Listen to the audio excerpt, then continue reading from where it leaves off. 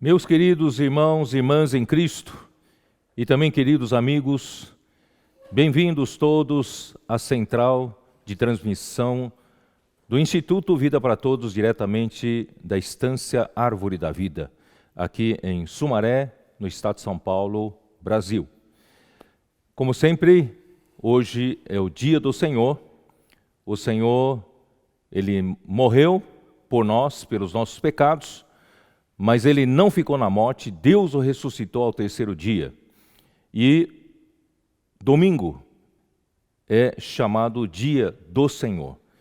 Consagramos esse dia para o Senhor, especialmente nós lembramos, em memória da morte do Senhor, diante da mesa do Senhor, como nós fizemos agora há pouco, e também lembramos de fazer as nossas ofertas, honrar o Senhor com nossos bens, com o nosso patrimônio, com as riquezas que o Senhor nos deu. E missões no exterior dependem de sua contribuição para que possam ser sustentadas.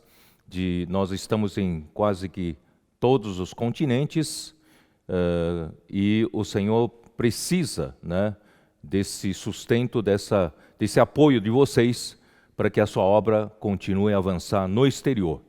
E aqueles que se comprometeram mensalmente, faziam o SOS, para sustento dos obreiros dessas regiões, também não se esqueçam de fazê-lo.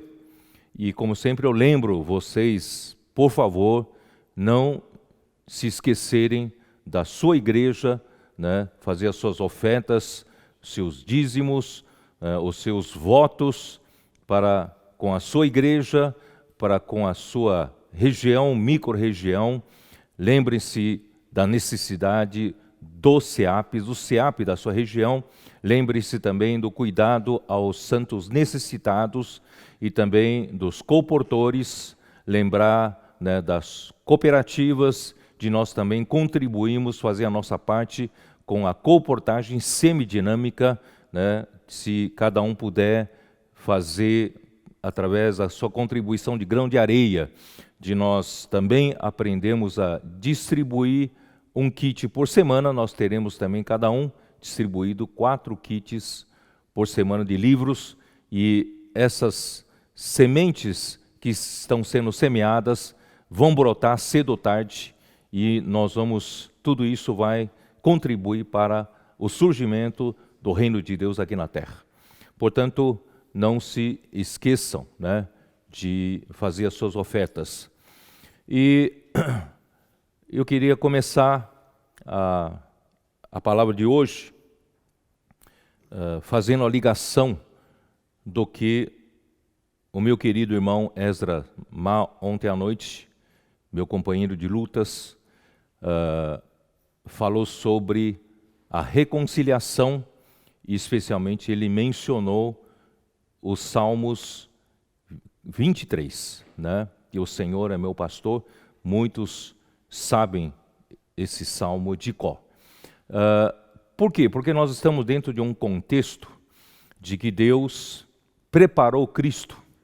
Não só morreu por nós na cruz, mas Deus não o deixou na morte, porque esse foi o varão aprovado por Deus, desde a sua encarnação, o seu viver humano, a sua morte por obediência à vontade do Pai, e realizou a redenção, nos libertou do dilema do pecado, e nós somos libertos do pecado. Deus então tem a base de justiça para perdoar os nossos pecados e nos tirar daquela enrascada que todos estávamos, porque sem derramamento de sangue não há perdão de pecados, não há remissão. Graças a Deus, pela morte de Cristo, a obediência de Cristo até a morte, nós somos libertados dos pecados. Mas Deus não o deixou na morte, porque ele foi um homem perfeito. Deus o ressuscitou, e na ressurreição Deus o fez Senhor e Cristo. E o livro de Hebreus nos registra uma coisa maravilhosa, que ele se tornou o sumo sacerdote para sempre, segundo a ordem de Melquisedeque. Por quê? Porque o Senhor Jesus, depois que ele morreu e ressuscitou, ele saiu da limitação do tempo e do espaço, ele foi até o Pai. Ele foi recebido para dentro da glória do Pai, e o Pai está na eternidade, o Pai é o Pai da eternidade. Portanto, ele se ofereceu a si mesmo como um sacrifício por nós, e pelo Espírito Eterno, saiu do tempo e entrou na eternidade. Portanto, o seu sacrifício está na eternidade, fazendo valer por toda a eternidade. Então, aí na eternidade não há espaço, não há tempo, né? Então, graças a Deus, esse sacerdócio é para todos sempre, desde o passado até o futuro. Portanto, através do sacerdócio de Cristo, né, Deus está cuidando de sua igreja, Ele está ministrando no verdadeiro tabernáculo de Deus, no santuário de Deus que está no céu. Ele está ali ministrando no Santo dos Santos perante o Pai, intercedendo por nós e nos encorajando a seguir adiante com a esperança de sermos glorificados um dia. Graças a Deus por esse sacerdócio.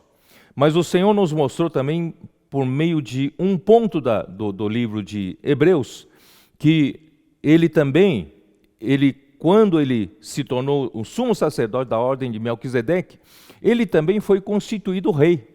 Ele foi elevado à destra do trono da majestade nos céus, que é nosso Deus e Pai. O nosso Deus e Pai é soberano de toda a terra, e Ele elevou o seu Filho, Jesus Cristo, à sua direita, e pôs todas as coisas debaixo dos pés. E Jesus está aguardando apenas que todos os seus inimigos sejam postos por estrado dos seus pés. Portanto, eu quero, né, dizer mais uma vez que até o sacerdócio, até cuidar do rebanho de Deus, da igreja de Deus, amadurecer a igreja de Deus, para a igreja de Deus entender, afinal de contas, a vontade de Deus, o que Deus quer, amadurecer, cooperar com Deus. Deus, então, tem o outro lado para cumprir, que é a sua realeza.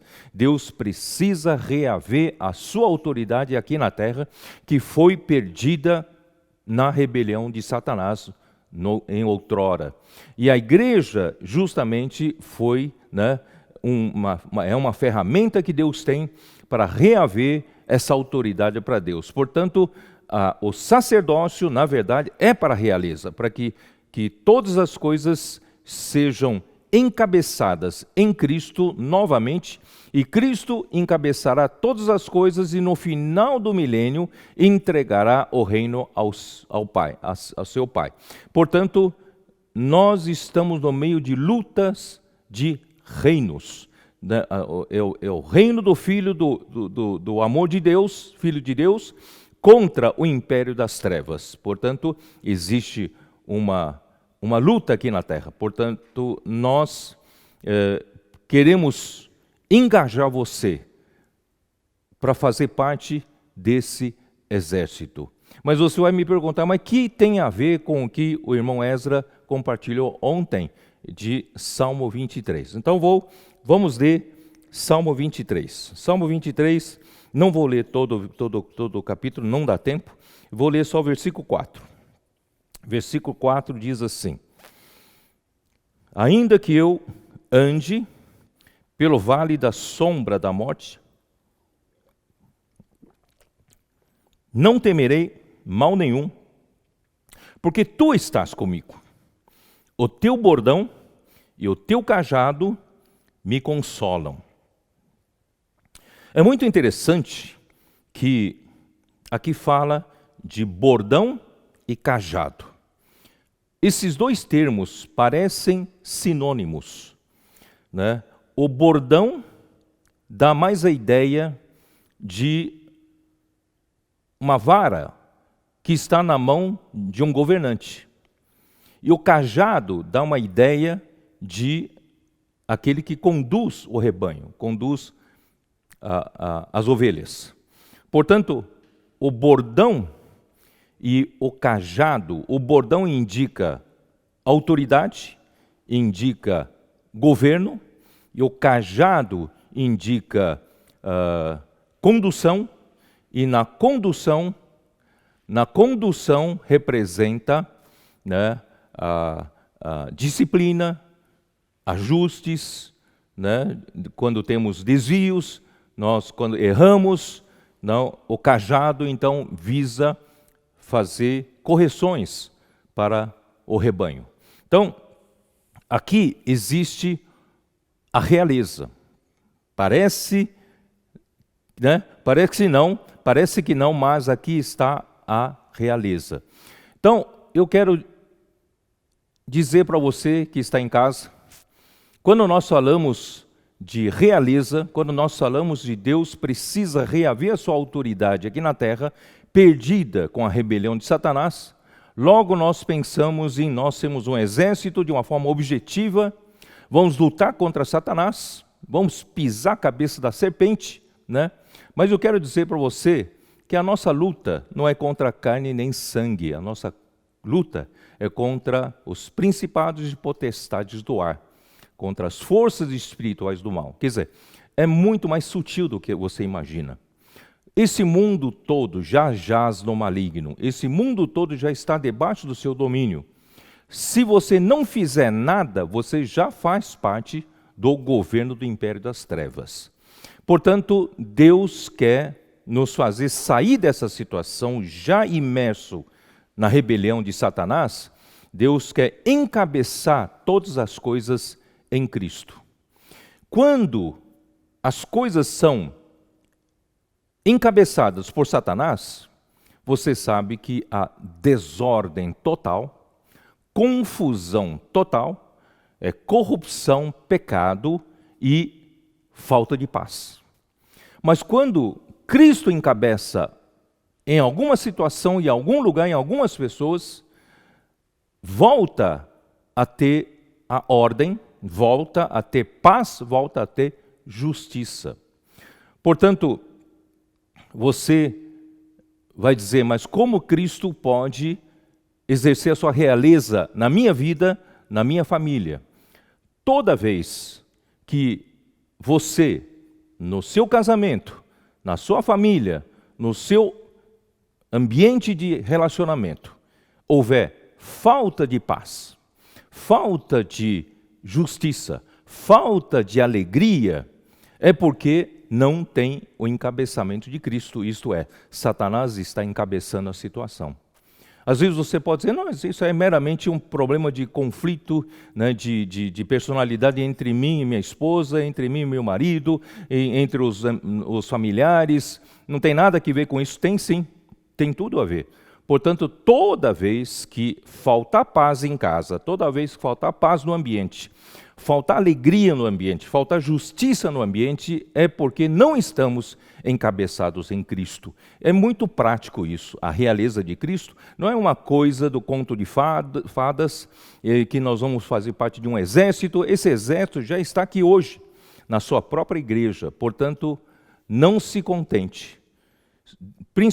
Principalmente nessa crise de pandemia, estamos ficando mais em casa, nos relacionamos por mais tempo, né, com os familiares. Isso pode causar conflitos, isso pode causar, né, desentendimentos, aborrecimentos, mas não deixe que essa falta de paz venha causar, né, esse problema todo. Em outras palavras, você precisa saber que esse problema todo é falta de encabeçamento de Cristo. Então, Romanos 14 diz o seguinte, eu ainda vou comentar sobre o Salmo 23. Romanos 14 diz assim, como você sabe quando a realeza de Cristo, quando o encabeçamento de Cristo está acontecendo no seu ambiente de vida, né? Romanos 14, 17 fala assim, porque o reino de Deus não é comida nem bebida, mas justiça e paz e alegria no Espírito Santo. Isto é, quando no seu ambiente houver ambiente de justiça, ambiente de paz e ambiente de alegria, você está debaixo do encabeçamento de Cristo.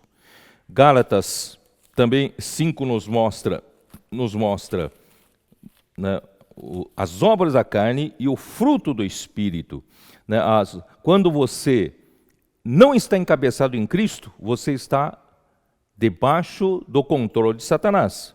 Então, capítulo 5 de Gálatas, versículo 19 diz: ora, as obras da carne são conhecidas e são, você está sujeito a essas obras: prostituição, impureza, lascívia, idolatria, feitiçarias, inimizades, porfias, ciúmes, iras, discórdias, dissensões, facções, invejas, bebedices, glutonarias e coisas semelhantes a estas, a respeito das quais eu vos declaro, como já outrora vos preveni, que não herdarão o reino de Deus os que tais coisas praticam. Quer dizer, isso não está debaixo do governo de Cristo, não está debaixo do encabeçamento de Cristo. Mas, se você estiver debaixo do encabeçamento de Cristo, você produzirá o fruto do Espírito que está no versículo 22, que é amor. Está faltando amor na sua casa? É falta de encabeçamento de Cristo. O amor, alegria, está faltando alegria? Está entediado de ficar em casa? Você pode ter alegria, você pode ter paz. Paz na sua casa é a coisa mais necessária. Paz, longanimidade, mais que paciência, longanimidade, benignidade.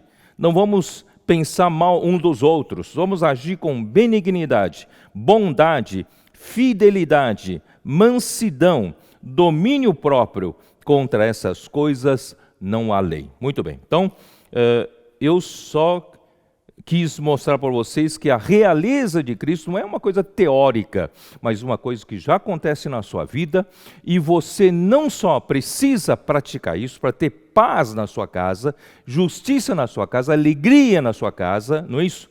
Não só isso, mas você precisa levar esse encabeçamento de Cristo para outras pessoas por meio de orações e a palavra. É por isso que nós pregamos o Evangelho, nós pregamos a palavra. É para quê? Para que Cristo possa encabeçar mais pessoas e mais situações. É assim que a igreja vai contribuir para o encabeçamento de Cristo, né, nesta terra. E dessa forma nós vamos ter um hall, né? Um ambiente dentro do qual Deus governa, Cristo encabeça. E esse ambiente é chamado do reino dos céus. Nós precisamos cada vez mais, né, constituir, né, mais pessoas, mais lugares debaixo desse ambiente do reinado de Cristo. Muito bem, voltando lá para Salmo 23, vou comentar um pouco sobre, né, o bordão e o cajado. Então, para pastorear o rebanho de Deus, é muito interessante que hoje de manhã eu fui verificar novamente, é o que vou compartilhar hoje, Apocalipse 12, no versículo 5. Ali diz o quê? Ali diz: nasceu-lhe, pois um filho varão, que há de reger todas as nações com cetro de ferro. Então aqui dá uma ideia de reger, governar, exercer autoridade, né, com punho de ferro, porque com cetro de ferro. Mas se você for para o original grego e procurar o sentido da palavra reger, a palavra reger aqui é apacentar. A palavra reger aqui é cuidar do rebanho, além do sentido de governar. Portanto, para Deus governar, exercer autoridade, não é meramente governar com dureza, com frieza, não é isso? A força, mas é principalmente apacentar, cuidar do rebanho. Aleluia! Por isso que em Ezequiel 34, dá uma olhada em Ezequiel 34, o capítulo todo, não vou ler o capítulo todo, é muita coisa, mas ali estava profecia contra a liderança de Israel. Quem é a liderança de Israel? sejam a liderança administrativa, que são os reis, seus oficiais, sejam liderança no aspecto religioso, que são os profetas, os sacerdotes, né? E toda a liderança espiritual, eles deveriam ser aqueles que governam sobre o povo, e governar sobre o povo é apacentar o povo. Portanto, eles são pastores do povo. Mas Deus diz assim no capítulo 34, versículo 2, Filho do homem, profetiza contra os pastores de Israel, profetiza e dize-lhes, assim diz o Senhor Deus, ai dos pastores de Israel que se apacentam a si mesmos. Não apacentarão os pastores as ovelhas, né? Então comeis a gordura, vestivos de lã e degolais o cevado, mas não apacentais as ovelhas. Eles só engordam a si mesmos, né? Eles só apacentam a si mesmos. Eles não apacentam as ovelhas de Israel. Portanto, essa foi toda a história, né, de Israel no passado. Por isso que Deus estava muito aborrecido com relação à liderança do povo de Israel. Versículo 6 diz assim, as minhas ovelhas andam desgarradas por todos os montes e por todo elevado outeiro, as minhas ovelhas andam espalhadas por toda a terra, sem haver quem as procure e quem as busque. Portanto, ó pastores, ouvi a palavra do Senhor, tão certo como eu vivo, diz o Senhor Deus, visto que as minhas ovelhas foram entregues à rapina e se tornaram pasto para todas as feras do campo, por não haver pastor, e que os meus pastores não procuram as minhas ovelhas, pois se apacentam a si mesmos e não apacentam as minhas ovelhas. Então, irmãos, essa era a situação do povo de Israel. Eu espero que nós aprendamos com essa lição, né? Não estamos aqui buscando nossos próprios interesses, engordando-nos a si mesmo, mas cuidar do rebanho de Deus, isso é encabeçamento. Isso é governo. O governo, a realeza de Cristo visa apacentar, né, o povo. Aí no versículo 11, porque assim diz o Senhor Deus, né, eis que eu mesmo procurarei as minhas ovelhas e as buscarei. Bom, eu vou terminar por aqui. Esse versículo diz o quê? Esse versículo diz, eu mesmo vou apacentar. Quer dizer, essa é a vinda de Cristo. A vinda de Cristo visa Ele mesmo apacentar as suas ovelhas. Graças a Deus, Ele reuniu, no Novo Testamento, reuniu as suas ovelhas na igreja. A igreja é o seu rebanho. Ele hoje está cuidando. Mas mesmo assim, eu fiz uma rápida passagem pelas 7 igrejas de Apocalipse, né? Numa das mensagens, disse, mesmo assim, a igreja que começou bem, não é isso? Principalmente pelo ministério de João, estava bem dentro da esfera do espírito e da vida, mas veio a grande perseguição do Império Romano e, por fim, quando o imperador, né, declarou que adotaria o cristianismo com a religião oficial, aí começou o imperador Constantino, aí então acabou de afrouxar tudo. E daí foi cada vez mais caindo, né, num abismo, e a situação da igreja passou por muitos séculos de era das trevas. Mas mesmo assim, Deus sempre conservou um grupo de vencedores que não eram coniventes com esses erros. E até que o Senhor foi restaurando, chegou a igreja em Filadélfia. Não tenho tempo para repetir tudo isso. A igreja em Filadélfia finalmente iniciou o seu esboço, né? De um pouco no século XVIII, também no século XIX, e foi tomando corpo no século XX, e hoje, século XXI, irmãos, nós estamos na consolidação, né, da igreja em Filadélfia, e nós fazemos parte dela, graças a Deus. Portanto, Deus conta conosco, irmãos, a restaurar essa situação de pastorear e apacentar o rebanho de Deus.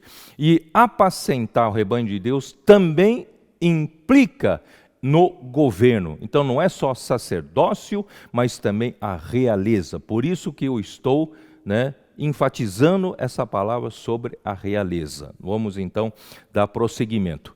E a igreja em Filadélfia representa os vencedores.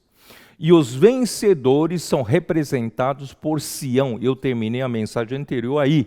E quando Davi foi aclamado rei, não só rei sobre a tribo de Judá, mas foi aclamado rei sobre todas as 12 tribos de Israel, ele então conquistou Jerusalém.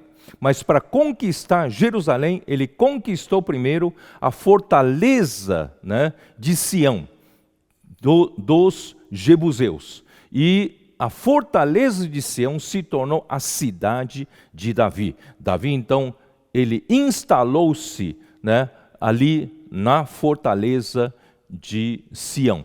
E Jerusalém, então, é toda a cidade conquistada, e Sião é a sua fortaleza. Então, na Bíblia, isso tem um sentido espiritual. Sião representa os vencedores e Jerusalém representa toda a igreja, toda a cristandade. Então, a igreja em Filadélfia está na posição de Sião. É a igreja dos primogênitos, é Sião. Portanto, Deus está chamando você para fazer parte de Sião, dos vencedores. E o Salmo capítulo 2 que nós lemos,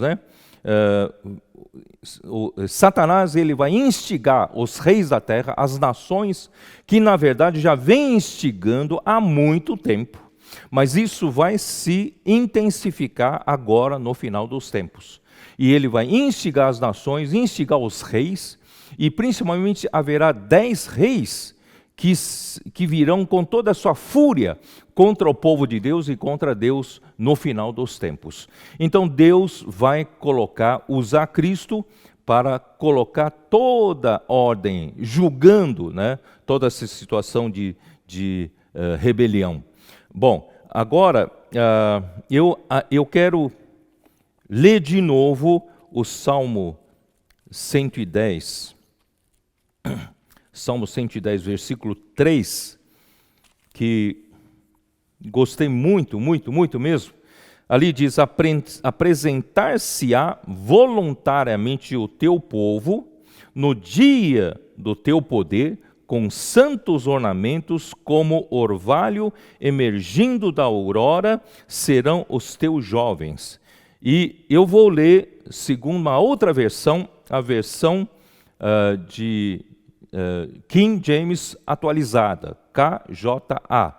E ali diz assim: teu povo se apresentará generoso no dia da convocação, nos montes santos, mais numerosos do que gotas de orvalho no seio da aurora, tu terás teus exércitos de jovens santos. Quer dizer, Deus vai constituir rei a Jesus e ele convocará um exército para seguir a Jesus nessa última conquista, e principalmente Deus, ele está fazendo convocação, e nós que estamos ouvindo essa palavra devemos atender essa convocação de uma forma generosa.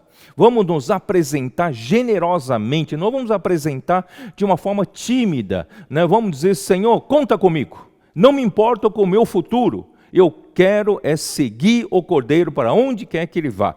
Eu quero fazer parte desse exército, e principalmente jovens. Deus vai fazer dos jovens os seus exércitos tão abundantes quanto as gotas do orvalho no seio da aurora. Quantas gotas de orvalho descem na madrugada, é a quantidade de jovens que comporão esse exército. Está na hora dos jovens saírem da sua vida de pouca importância para Deus, saírem das suas distrações. Está na hora de nós sermos convocados para seguir esse exército. Muito bem. Então, era isso que eu precisava fazer, essa ligação. Muito bem. Então, para confirmar aqui o término, eu vou ler Hebreus 12 para vocês. Senhor Jesus. Hebreus 12.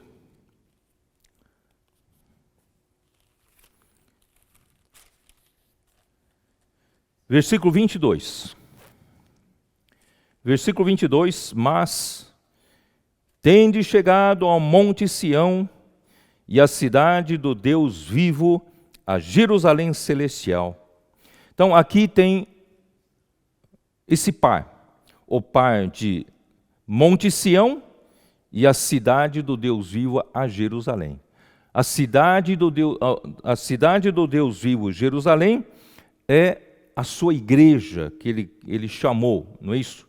E o Monte Sião representa essa parte lutadora, essa parte forte da igreja que não vive pelos seus próprios interesses, não são como aqueles pastores de Israel, se preocupam só em se engordar suas contas bancárias, engordar a si mesmo, puxar tudo de bem para eles. Não, nós estamos aqui negando a nossa vida da alma, negando o nosso futuro para poder seguir o Cordeiro, né, para fazer parte desse exército. Portanto, aqui diz, Monte Sião, onde está a fortaleza de Davi, a cidade do Deus vivo, Jerusalém, né?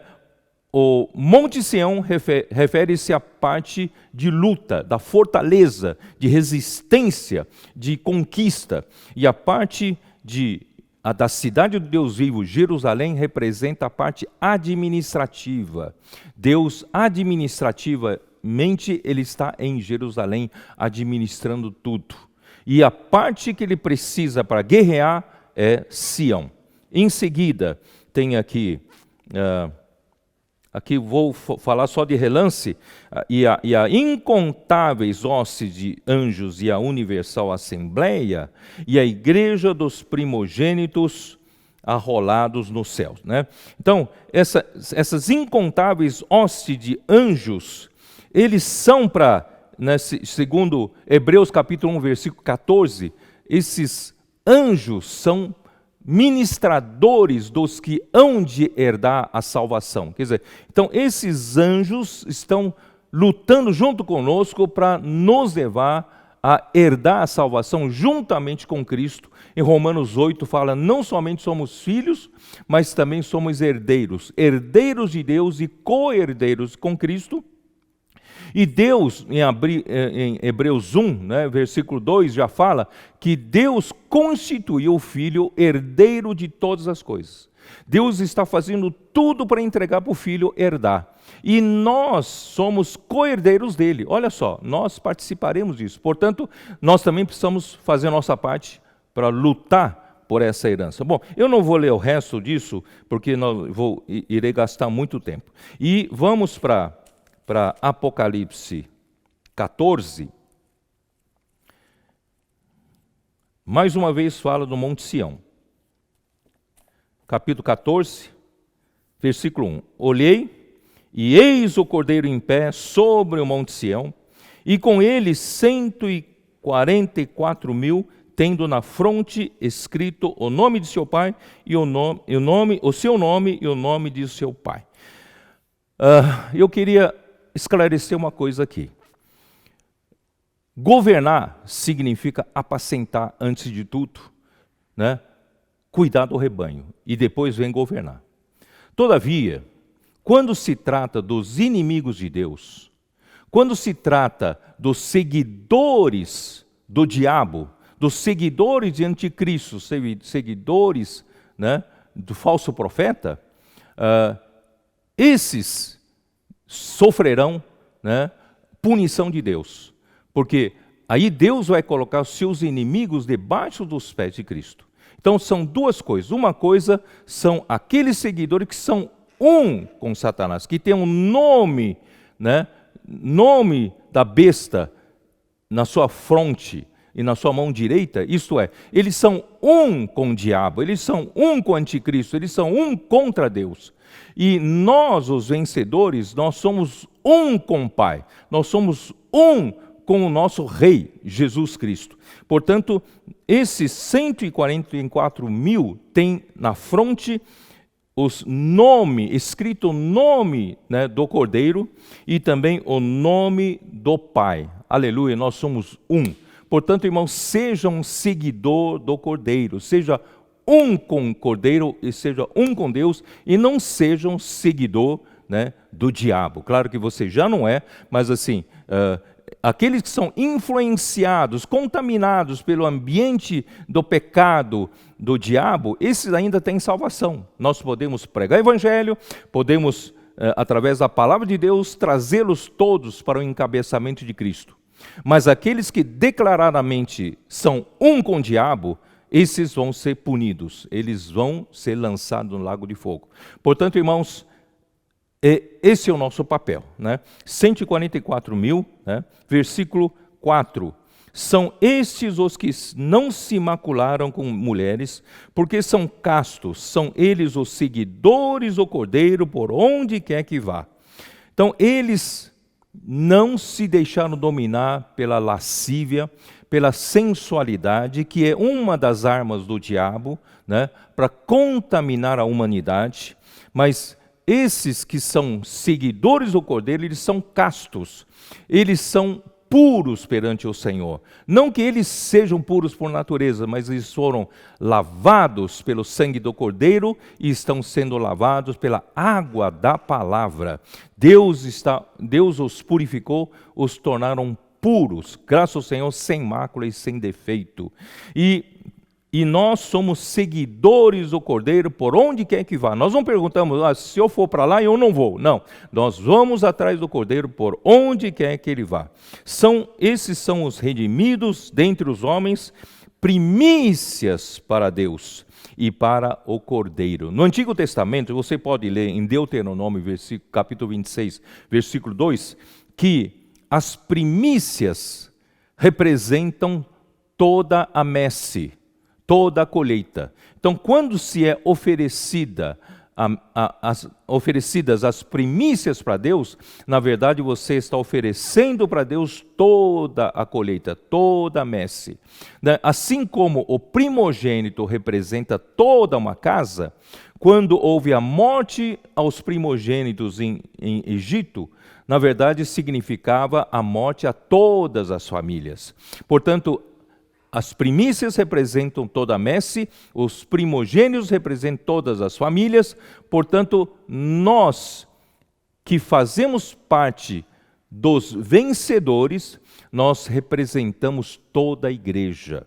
Então, quando as primícias estiverem prontas, maduras, Deus então virá ceifar essas primícias. Então, os vencedores que estarão juntamente com esse Cordeiro sobre o Monte Sião, nós somos esses vencedores, somos as primícias, e as primícias representam os vencedores vivos na época da vinda do Senhor. Enquanto eles ainda estavam vivos, né, na vinda do Senhor, eles amadureceram primeiro, o Senhor vai ceifar primeiro a esses. E eu entendo assim, que o filho varão, né, compõe-se de todos os vencedores de todas as épocas do povo de Deus, e inclui as primícias. As primícias dos que estiveram vivos fazem parte do filho varão. Por quê? Porque o filho varão estará lutando pelo interesse de Deus, pelo estabelecimento do reino de Deus, e no meio disso, ele nasce e é arrebatado ao terceiro céu. Então vamos para Apocalipse 12. Apocalipse 12. Senhor Jesus, vamos lá. Apocalipse 12. Viu-se um grande sinal no céu, a saber, uma mulher vestida do sol, com a lua debaixo dos pés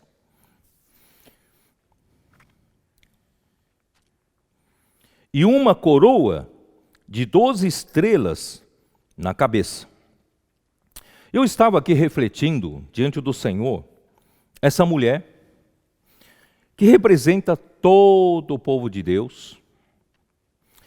E é interessante que essa mulher é vestida do sol. Quer dizer, essa mulher está no momento do sol. E o sol, né, representa na vinda, da primeira vinda de Cristo, né? Em Lucas 1,78, ali se profetiza que Jesus estaria vindo como o sol, né, nascente das alturas. Então, quando Jesus veio, o sol veio, o dia veio. Então, o povo de Deus, depois da vinda de Cristo, está vestido do sol. Então, é o momento que nós estamos, o tempo depois de Cristo, isto é, o tempo da graça, a era da igreja, a era da fé. E nós representamos essa mulher que está vestida do sol. A lua está debaixo dos seus pés, isso é, a lua representa, né, a sombra da realidade, que é a dispensação da lei. Já passou, está debaixo dos pés. Mas e por que as 12 estrelas na cabeça? As 12 estrelas representam os patriarcas. E os patriarcas, o mais importante em relação aos patriarcas, é a procedência, a origem.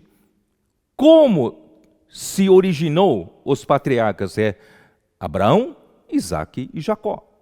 Deus, ele chamou Abraão. Na verdade, essa mulher que representa, né, eu acredito que representa principalmente nós hoje, a igreja, né, é essa mulher vestida do sol. Mas por que tem as 12 estrelas na cabeça? Porque a nossa procedência é o chamamento de Abraão. Nós não viemos do nada. A fé veio por Abraão, né? Podemos dar uma olhada em Gálatas 3. Abra sua Bíblia no livro de Gálatas 3, versículo 7. Sabeis, pois, que os da fé é que são filhos de Abraão. Ora, tendo a Escritura previsto que Deus justificaria pela fé os gentios, pré-anunciou o Evangelho a Abraão: em ti serão abençoados todos os povos, de modo que os da fé, que somos nós, são abençoados com o crente Abraão.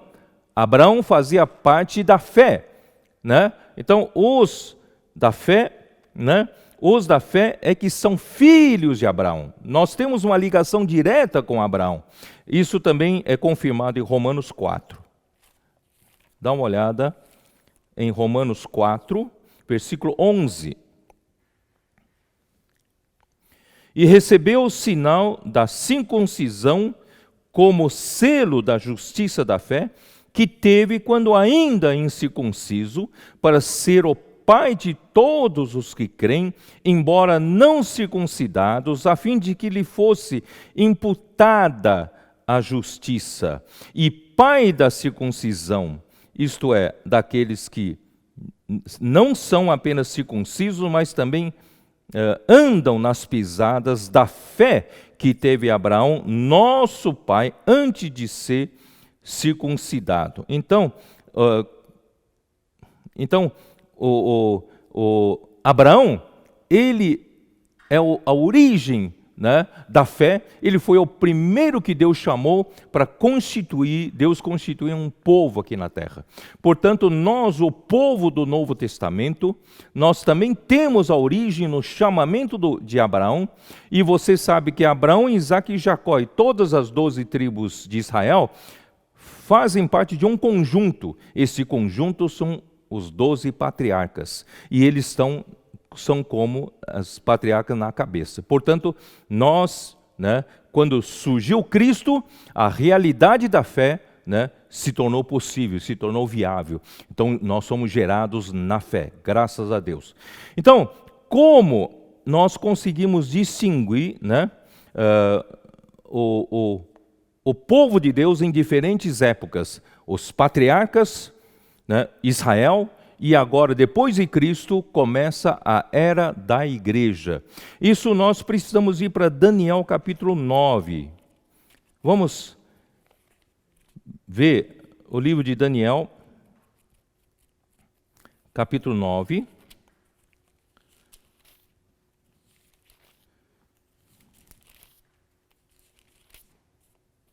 Versículo 24.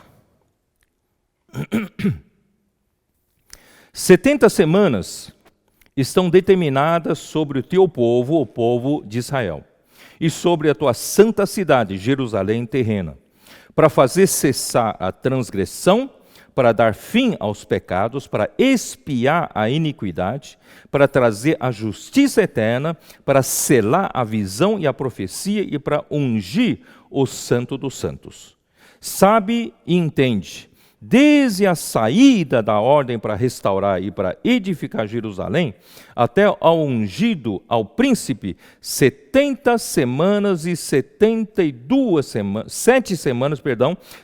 semanas e 62 semanas, as praças e as circunvalações se reedificarão, mas em tempos angustiosos.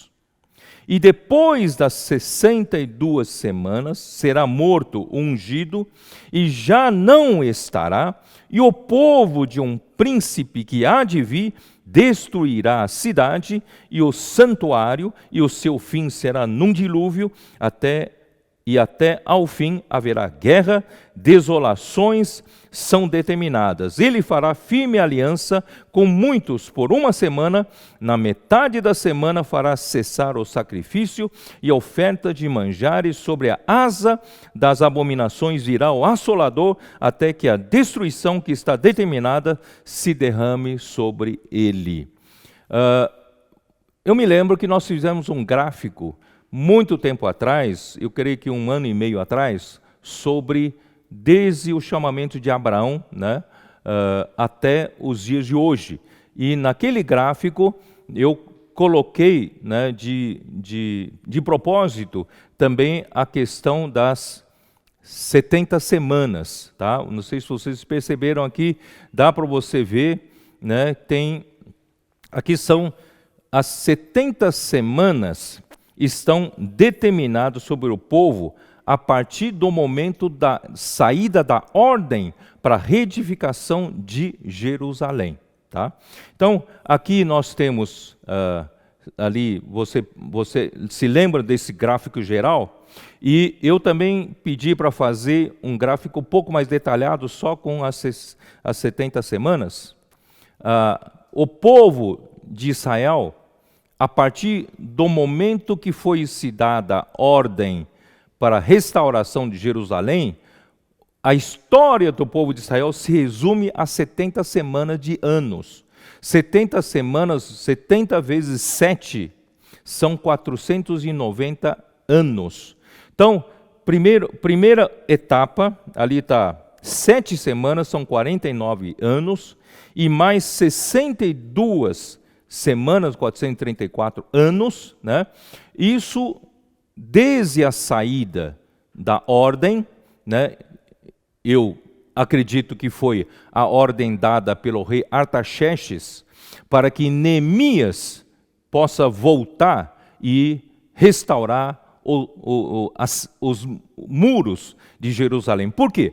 Porque está registrado no livro de Esdras que por muito tempo atrás, de Neemias, havia o rei Ciro conquistado o Império Babilônico. Quando o rei Ciro tomou a Babilônia, logo em seguida ele começou a reinar, ele já deu a ordem para que o povo judeu pudesse voltar para a sua terra, reedificar Jerusalém, reedificar o templo. E quem voltou né, está registrado no livro de Esdras, e muitas vezes a gente confunde. Não foi o Esdras que voltou nessa leva de quase 50 mil pessoas se dispuseram a voltar para retificar o templo.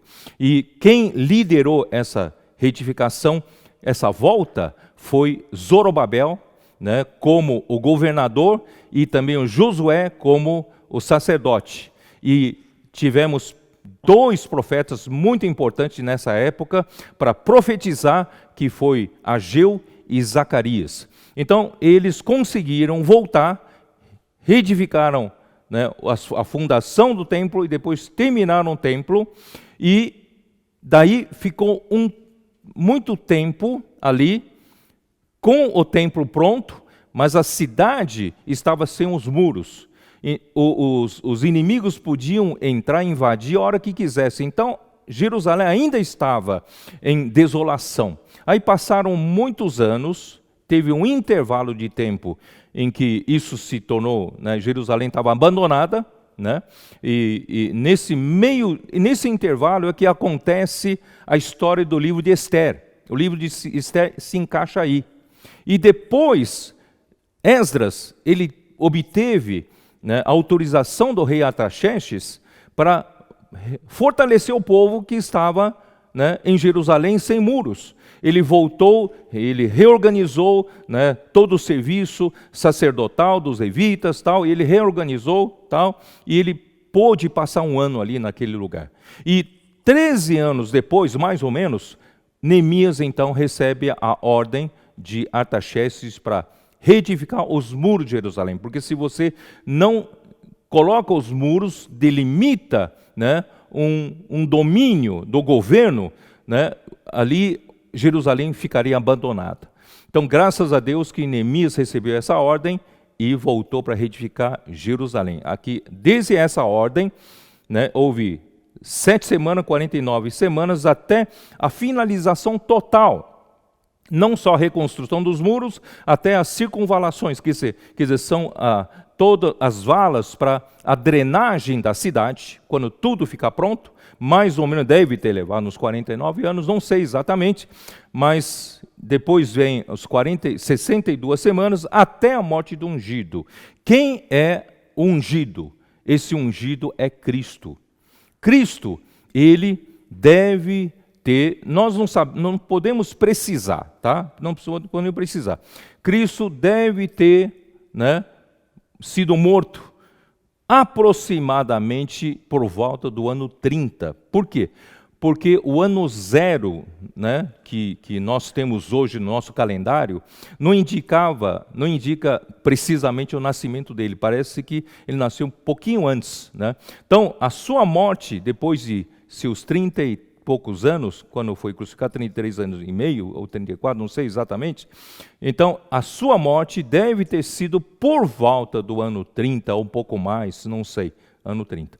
Portanto, a partir da morte do ungido, o povo, a história de Israel foi interrompida por um momento. E agora entra a história da mulher vestida do sol. Nós somos essa mulher vestida do sol, é a era da igreja, é a nossa vez. E a história de Israel se interrompe até o final desta era. E o final dessa era é caracterizada por uma semana, 7 anos. E nesses 7 anos, no começo desses 7 anos, Anticristo fará aliança com o povo de Israel, e o templo novamente será erguido, e haverá aparente paz e segurança, e no meio dos 7 anos, os 3 anos e meio, ele interrompe essa aliança, e ele violenta a sua entrada para o santo templo, o santuário de Deus, e ele coloca a sua imagem, né, para adoração dos povos, para que os povos venham adorar. Ele se coloca como Deus, porque Satanás, o diabo, sempre quis ser Deus. E então todos os adoradores da besta receberão o sinal da besta na sua fronte e na sua mão direita. Aí começa a grande tribulação. Então, e antes do rompimento dessa aliança, no meio dos 7 anos, 3 anos e meio, o filho varão terá sido arrebatado ao terceiro céu. Eu estou com o coração apertado. Ninguém sabe o dia e a hora da segunda vinda do Senhor, só o Pai sabe. Mas, se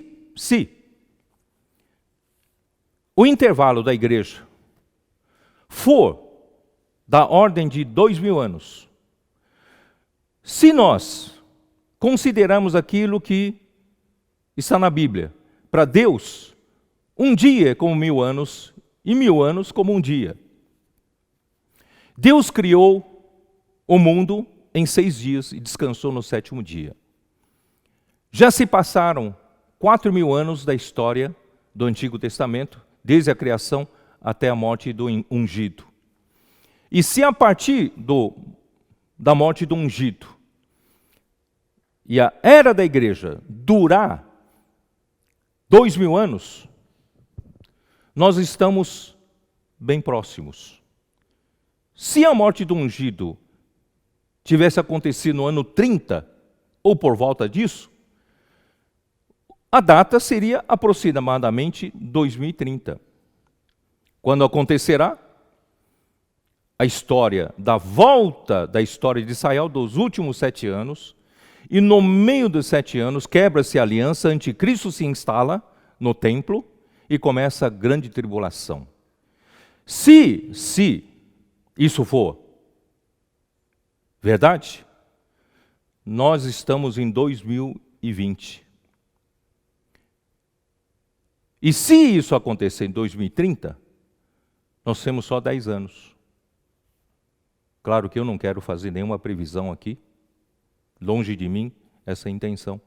Mas a minha intenção é de provocar em você um espírito de urgência. Não temos tempo a perder. Nós precisamos deixar a nossa vidinha de lado. Vamos nos alistar nesse exército. Vamos reaver um encabeçamento de Cristo, começando na minha casa, começando na igreja, começando nas pessoas do meu relacionamento, através da pregação do Evangelho, através da pregação da palavra, estabelecer paz. O seu casamento precisa ter paz, a sua família precisa ter paz, a sua igreja precisa ter paz, para você poder levar essa palavra levando paz e justiça e alegria para todos que estão à sua volta. É assim que se estabelece o encabeçamento de Cristo. Estamos com pouco tempo. Voltando para Apocalipse 12. Eu preciso me preparar para terminar. Ó Senhor Jesus. Versículo 2, achando-se grávida, grita as dores de parto, sofrendo tormentos para dar à luz. Essa mulher, nesse momento da era da igreja, ela já passou por esses 20 séculos de idas e vindas. Está na hora, irmãos, de dar à luz. Dar à luz o quê? Dar à luz um filho varão. E o filho varão representa Sião. O filho varão representa os que se colocam do lado de Deus. Os que de forma generosa, se atendem à convocação. São esses exércitos de jovens santos que se colocam agora para lutar pelo reino de Deus aqui na terra. Então, versículo 3, viu-se também outro sinal no céu, e eis que um dragão grande e vermelho, com 7 cabeças, 10 chifres, e nas cabeças 10 diademas, isso tudo também, o anticristo tem tudo isso. A sua cauda arrastava a terça parte das estrelas do céu, a terça parte dos anjos seguiram a sua rebelião, as quais dançou para a terra, e o dragão se deteve em frente da mulher que estava para dar à luz, a fim de lhe devorar o filho quando nascesse. Então, esses anjos já foram lançados para a terra para perturbar, para causar dano maior na rebelião contra Deus. Tanto é que vocês se lembram que Daniel teve que lutar contra o rei, o príncipe da Pérsia, o príncipe da Grécia, Quer dizer, e quem veio, né, a sua ajuda foi o Miguel, né, o anjo Miguel. Então, esses principados potestades estão atuando aqui na terra. E esse dragão, ele não se importa com a grande maioria, né, dos membros da mulher, da igreja, do povo de Deus, que são mornos, que são superficiais, que não se preocupam com a vontade de Deus, não lutam pela vontade, não pagam um preço a negar a si mesmo, não pagam um preço para seguir o Cordeiro, né? Com esses, né, o diabo não se preocupa. Ele se preocupa com aqueles que estão levando a cabo a vontade de Deus. Por isso, irmãos, eu dei aquela mensagem sobre a igreja de Filadélfia. A igreja de Filadélfia é o Sião, são os vencedores, é o filho varão que se preocupam com a vontade de Deus nessa última era, e nós vamos trazer o reino de Deus de volta. E Satanás, ele está de olho em nós, está de olho em quem, né, pode fazer diferença. Mas, por outro lado, irmãos, não tenha medo não. Tem gente que tem medo, puxa vida, se eu virar o alvo de Satanás, ele vai me perturbar. Não, você está na mão do Senhor. O Senhor está acima, né, nas regiões celestiais, acima de todo principado e potestade. Tudo já está debaixo dos seus pés. Então, não tenha medo, vamos ficar do lado de Deus. E aí, no versículo 5, nasceu-lhe, pois, um filho varão que há de reger todas as nações com cetro de ferro. Esse reger as nações é apacentar as nações, é governar cuidando das nações como rebanho de Deus. E o seu filho foi arrebatado para Deus, né? Para Deus e até o seu trono. Portanto, irmãos, Deus, de um lado, precisa desse exército, que você atenda essa convocação de forma generosa, né?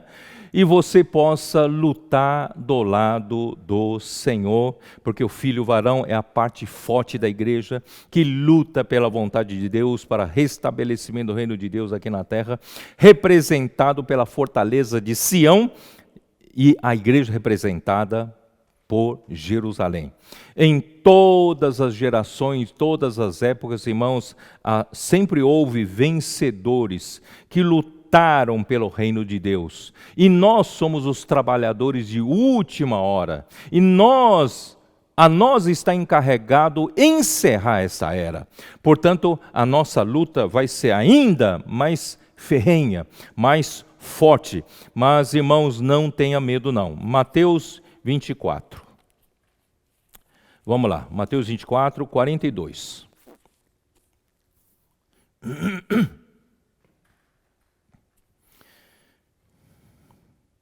Eu vou ler desde o versículo 37, volta lá para 37.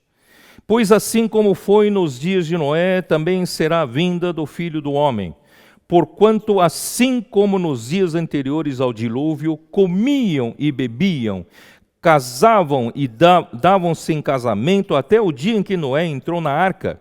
E não o perceberam, senão quando veio o dilúvio e os levou a todos. Assim será também a vinda do Filho do Homem. Essa é a vinda secreta. Ele vem para arrebatar o filho varão. Essa vinda secreta do Senhor, ele vem para arrebatar, né, os que né, aqui diz: então 2 estarão no campo, um será tomado e deixado o outro. 2 estarão trabalhando no moinho, uma será tomada e deixada a outra. Portanto, vigiai, porque não sabeis em que dia vem o nosso Senhor. Vamos vigiar, vamos lutar do lado do Senhor. Vamos viver debaixo do encabeçamento de Cristo. Vamos levar paz para onde nós formos, onde passarmos, irmão, levarmos a palavra da paz, palavra da justiça, de alegria no Espírito Santo, não é isso?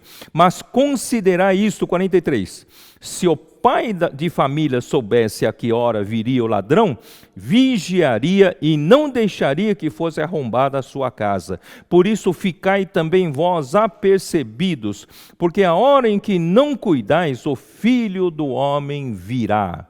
Essa vinda é a vinda secreta. Lucas 12 registra a mesma coisa, mas eu vou ler Lucas 12, versículo 40. Ficai também vós apercebidos, porque a hora em que não cuidais, o Filho do Homem virá, né?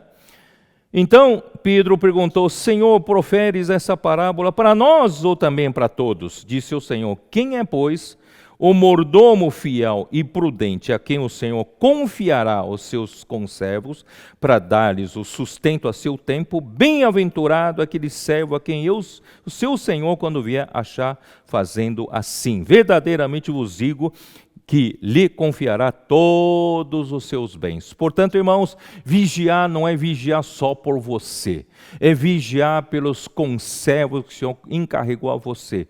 As pessoas que ainda precisam ouvir o Evangelho, as pessoas que precisam receber o Evangelho do Reino através da palavra, da comportagem, através, né, da nossa transmissão. Muitas pessoas que ainda precisam ser apacentadas por você, pastoreadas por você, seja os que já estão na vida da igreja ou não. Nós precisamos ser esses que são servos prudentes, fiéis e prudentes, né? Isso é o significado de vigiar. Vou terminar com 1 Tessalonicenses 5. Primeira carta de Paulo aos Tessalonicenses, capítulo 5, versículo 1.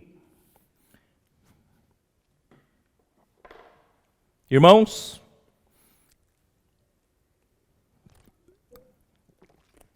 relativamente aos tempos e às épocas, não há necessidade que eu vos escreva, pois vós mesmos estáis inteirados com precisão de que o dia do Senhor vem como ladrão de noite. Quando andarem dizendo paz e segurança, eis que lhes sobrevirá repentina destruição, como vem as dores de parto, a quem aqui está para dar a luz, e de nenhum modo escaparão. Portanto, irmãos, vamos vigiar. Mas vós, irmãos, não estáis em trevas, para que esse dia, como ladrão, vos apanhe de surpresa. Irmãos, e já estamos avisando desde agora, que esse dia não nos apanhe de surpresa, né? Porquanto vós todos sois filhos da luz e filhos do dia. Nós não somos da noite, nem das trevas. Assim, pois, não durmamos como os demais. Pelo contrário, vigiemos e sejamos sábios. Ora, os que dormem, dormem de noite. E os que se embriagam, é de noite que se embriagam.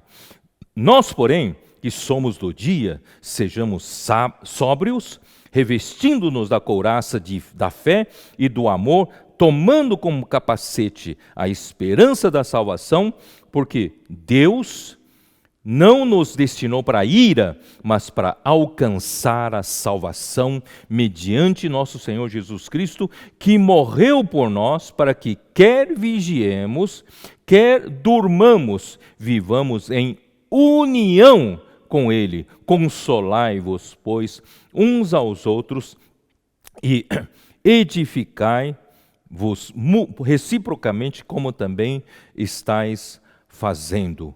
Irmãos, esse é o meu apelo no final dessa palavra, que nós possamos perceber a proximidade da volta do Senhor, a vontade do Senhor de Deus será feita, o encabeçamento de Cristo acontecerá, né? Com a cooperação da igreja, com a cooperação do seu exército, o exército de Cristo, e nós queremos fazer parte desse exército. Eu não pude ainda terminar essa mensagem, vou deixar para domingo que vem, mas eu vou adiantar alguma coisa. Irmão, você sabe quem vai estar do lado de Cristo para lutar como seu exército, para derrotar os inimigos de Deus e trazer o reino de Deus de volta? É a sua noiva, é a sua esposa, é a sua amada. Irmãos, a igreja, né, nós, os vencedores, também vão representar a igreja nas bodas do Cordeiro durante o milênio.